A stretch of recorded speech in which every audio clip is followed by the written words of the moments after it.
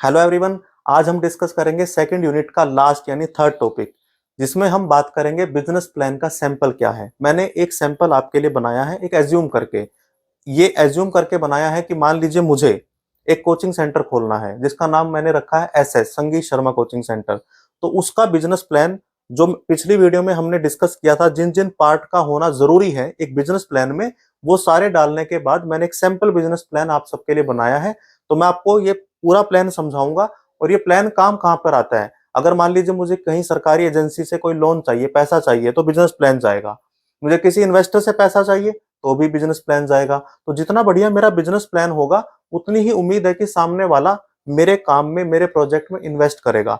तो चलिए एक सैंपल बिजनेस प्लान, अभी ये सैंपल है, ये कोई रियलिटी नहीं है, लेकिन मैंने एज्यूम करके बनाया है कि अगर मैं कोई कोचिंग सेंटर खोलूंगा तो उसका बिजनेस प्लान कैसा होगा। तो चलिए डिटेल में इसको स्क्रीन पर समझते हैं कि बिजनेस प्लान बनता कैसे है। तो चलिए समझते हैं एसएस कोचिंग सेंटर का बिजनेस प्लान क्या होगा। मैंने एज्यूम करके आप लोगों के लिए बनाया है। तो वही स्टेप जो मैंने बताए थे बिजनेस प्लान में क्या क्या होते हैं, उन्हीं के अकॉर्डिंग बनाया है ये। तो सबसे पहले है एग्जीक्यूटिव समरी, जिसमें हम बता रहे हैं कि हमारे सेंटर का नाम होगा एसएस कोचिंग या एजुकेशनल कोचिंग सेंटर होगा, जिसमें हम कोचिंग सर्विस देंगे स्टूडेंट को जो सभी एज ग्रुप के हैं। ये सेंटर हमारा हाई ट्रैफिक एरिया में, जहाँ पर बहुत ज्यादा लोग रहते हैं, वहां पर होगा।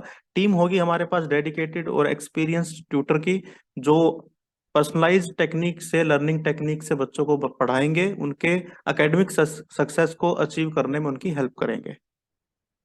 अब हमने मार्केट एनालिसिस क्या किया है कि ये जो हमारा एजुकेशन सेक्टर है बहुत मतलब तेज गति से ग्रो हो रहा है। हालांकि कोविड के बाद कुछ इसके अंदर भी अप एंड डाउन आए हैं, लेकिन एक एज्यूम करके चलते हैं कि एजुकेशन कभी भी खत्म होने वाली नहीं है, तो लोग जो है एजुकेशन सर्विस लेते रहेंगे।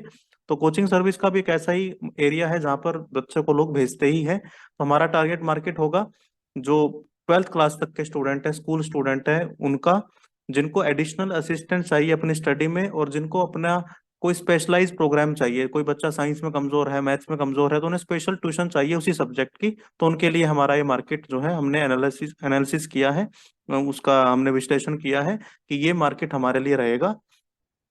हमारा जो सेंटर है वो हाई रेजिडेंशियल एरिया, जहाँ पर बहुत सारे लोग रहते हैं, उन पर उनके बीच में हमारा जो है कोचिंग सेंटर हम खोलेंगे, ताकि बच्चों को भेजना उनके लिए आसान हो।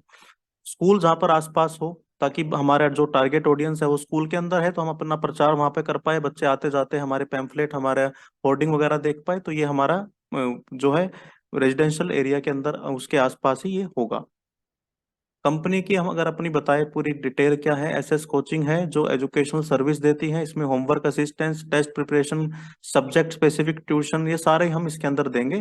ट्यूशन में देने वाले जो हमारा स्टाफ होगा हाईली क्वालिफाइड होगा, जिनका फोकस होगा कि पर्सनलाइज लर्निंग एक्सपीरियंस बच्चा लेकर जाए। हम छोटे छोटे ग्रुप क्लासेस और पर्सनलाइज कोचिंग प्रोग्राम भी बच्चों के लिए लेकर आएंगे। कुछ बच्चे ग्रुप क्लास में पढ़ लेते हैं, कुछ को स्पेशल अटेंशन चाहिए, तो दोनों के लिए इसमें आपको फैसिलिटी मिलेगी। हमारी मार्केटिंग और सेल्स स्ट्रेटेजी क्या होगी, हम वैरायटी ऑफ टेक्निक यूज करेंगे मार्केटिंग के लिए। जैसे सोशल मीडिया एडवर्टाइजमेंट हो सकती है, सोशल मीडिया पर एक पेज बना दिया, इंस्टा पर एक पेज बना दिया, बच्चों के वहाँ पे टेस्टिमोनियल डाल दिए, क्लासरूम की वीडियो क्लिप डाल दी, हम जगह जगह पर अपने होर्डिंग लगा दिए।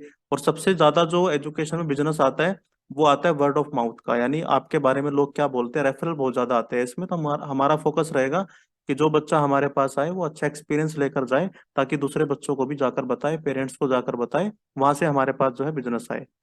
हम पार्टनरशिप करेंगे लोकल स्कूल में, वहां पर अपने आप को प्रमोट करेंगे, अपनी सर्विसेज वहां पे देंगे, उनके लिए कुछ अलग से डिस्काउंट आप रख सकते हैं तो वो हम रखेंगे। तो ये सारी चीजें हैं। रेवेन्यू जनरेट करने के लिए हम प्राइसिंग पैकेज जो अपना वो थोड़ा सा कस्टमाइज करेंगे, और इतना करेंगे कि बच्चे या पेरेंट्स को ज्यादा ना लगे, जिसमें हम पर आवर दे सकते हैं उनको रेट, मंथली सब्सक्रिप्शन दे सकते हैं। हमारे कंपटीशन में और कौन कौन से बिजनेस चलते हैं कोचिंग के, वो कितना प्राइस देते हैं, हम उनके हिसाब से थोड़ा कस्टमाइज कर सकते हैं, ज्यादा ऑफर हम दे सकते हैं। मैनेजमेंट क्या रहेगा, मैनेजमेंट का स्ट्रक्चर क्या रहेगा, एक सेंटर मैनेजर होगा, ट्यूटर होंगे अलग अलग सब्जेक्ट के बहुत सारे, एडमिनिस्ट्रेटिव स्टाफ होगा। जो सेंटर मैनेजर है उसका काम होगा सारा जो डेली ऑपरेशन है उसको देखना, कि ट्यूटर अपना टाइम पर गया कि नहीं, बच्चों को कोई अगर क्वेरी आती है उन्हें हैंडल करना, पेरेंट्स के साथ टाई अप करना, ये सारी चीजें ट्यूटर का काम रहेगा। हाई क्वालिटी कंटेंट डिलीवर करना, एजुकेशनल एकेडमिक जो सारा काम है वो ट्यूटर करेंगे। बच्चों से टाई अप करना, पेरेंट्स से टाई अप करना, टाइम टेबल के हिसाब से सारी चीजें मैनेज करना है, सेंटर मैनेजर करेगा।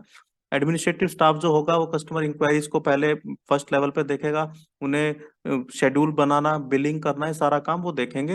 अगर कोई इंक्वायरी आती है, सेंटर मैनेजर तक जानी है या ट्यूटर के पास जानी है, सारा एडमिनिस्ट्रेटिव स्टाफ को देखना है।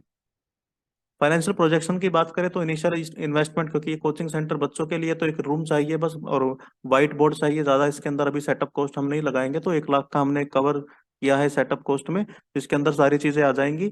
हम 2.5 लाख रुपए तक खर्च करेंगे पहले साल में, जिसमें रेंट का और सारी चीज़ें हैं। और एक एज्यूम करके चल रहे हैं कि 50,000 का प्रॉफिट जो है पहले साल में हो जाएगा। मैंने बिल्कुल एजम्पशन रख लिखी है, इस पर आप बिल्कुल मत जाइए। कम ज़्यादा बहुत ज़्यादा भी होती है, इससे कोचिंग में कमाई बहुत अच्छी होती है अगर आप ढंग से काम करें। तो ये तो बस एक मैंने आपको सैंपल दिखाने के लिए, तो हमने एक एज्यूम किया है कि अगले 3 साल में हम कितना रेवेन्यू लेकर आ सकते हैं, और नेट प्रॉफिट हमारा जो 50,000 था वो 1 लाख तक पहुंच सकता है। फंडिंग रिक्वायरमेंट क्या रहेगी, शुरू में हम 3 चीजों से फंडिंग उठाएंगे। पर्सनल सेविंग जो है वहां से, कुछ छोटे छोटे बिजनेस लोन मिलते हैं वहां से, और कोई इन्वेस्टर अगर इन्वेस्ट करना चाहता है उससे 50,000 हमें फंडिंग के लिए चाहिए। अगेन मैं बता रहा हूँ, ये बस आपको सैंपल दिखाया है, तो इसमें मत जाइए कि 50,000 की फंडिंग कौन मांगता है। तो ये बस एक सैंपल है, आप इसमें कम और ज्यादा कर सकते हैं, बस आपको पता होना चाहिए कि ये स्टेप चलते हैं।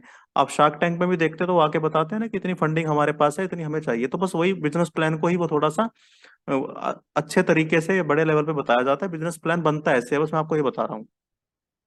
कंक्लूजन क्या है कि हम ऐसे कोचिंग सेंटर है, जो हमारा एम ये है कि हम एजुकेशनल कोचिंग सर्विस जो है, हाई क्वालिटी कोचिंग सर्विस बच्चों के पर्सनलाइज अटेंशन के हिसाब से बच्चों को हम दे। और एक बिजनेस प्लान हम ऐसा बना के चले जिसमें डेडिकेटेड टीम हमारी हो, जिनको अपनी योग्यता पर विश्वास हो, और हम एक पॉजिटिव इम्पैक्ट डालें एजुकेशन सेक्टर पे। तो ये हमारा बिजनेस प्लान है। तो दोस्तों, हमने बिजनेस प्लान का सैंपल आज डिस्कस किया।